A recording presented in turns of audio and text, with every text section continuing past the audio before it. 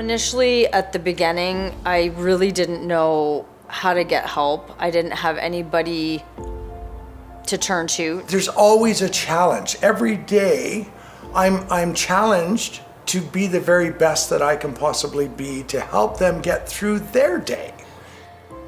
The person in my family living with dementia is my mom. She's 67 years old. I care for her full time.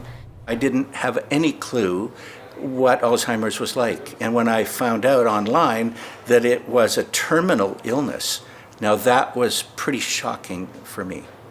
I came to the conclusion that denial wasn't solving any of my problems, and realized there was something seriously wrong.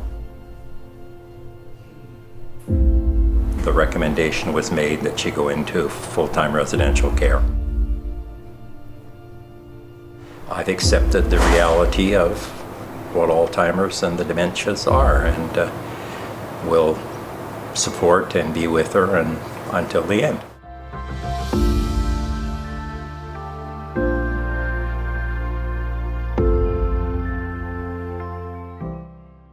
I wish they knew the woman that I knew, and always people ask me, when you see your mom, does she know who you are? And it's like, I know who she is, that's why I go.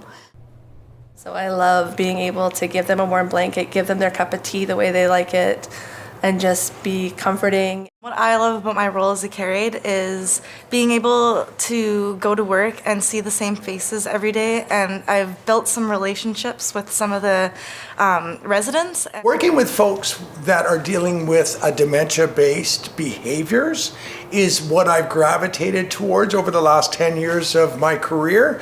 What drew me to this career is the passion, the love. I love them dearly, but I can never love them like a family member. And I will never care for them as much as a family member feels they need to be cared for. Because there's a rotation of people all the time, almost every day I have to re-explain mom's needs. So it's a constant re-explanation. This is very exhausting to an already exhausted full-time family caregiver. I wish that the family members would understand that their loved one isn't the only person that we have in our care. We do still have 7 to 14 other residents to take care of amongst the 2 coworkers. The thing with people with Alzheimer's or with any of the dementias is that they can't speak up for themselves. And we have to take on that role of being the voice for them. And daily I'm challenged with having to decipher their needs from their emotions.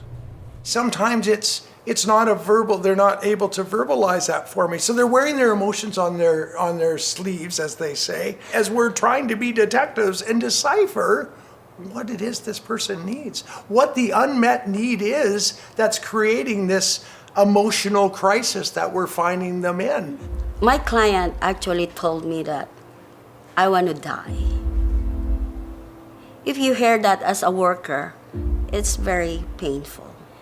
So the first thing that I did is to give a hug around that person and be positive to me the more I can and say, you're not alone, I'm here.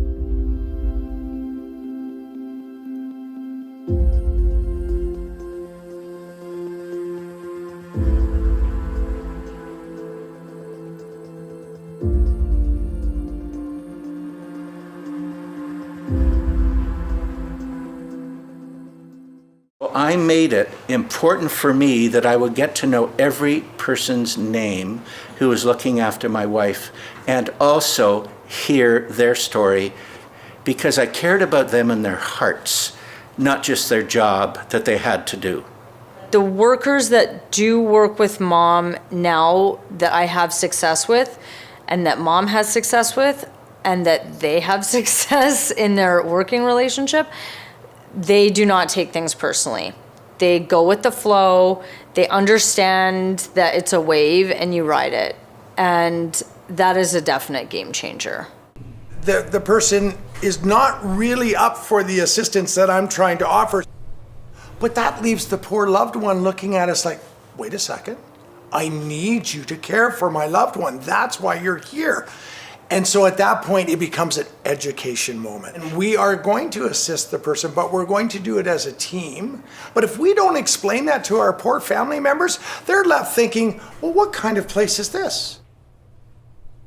We lean on our families. We lean on our families so very much.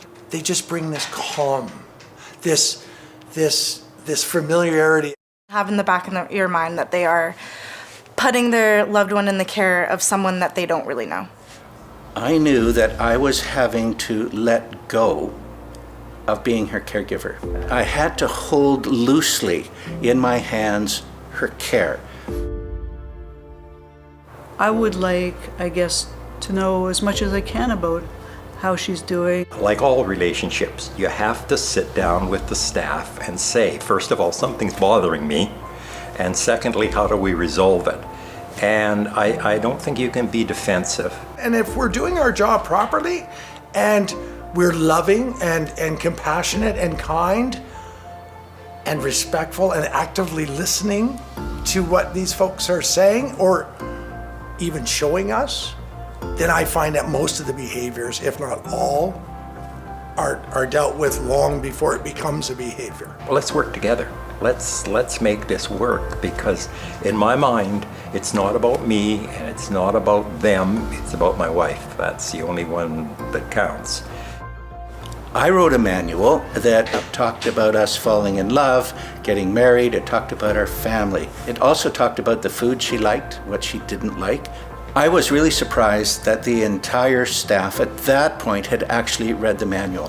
One day, I walked into my wife's room and the care aide was dancing with my wife. Because this care aide had read the manual, knew that she taught dance. It was beautiful. I almost wept. The look of ecstasy on my wife's face it was unspeakably beautiful.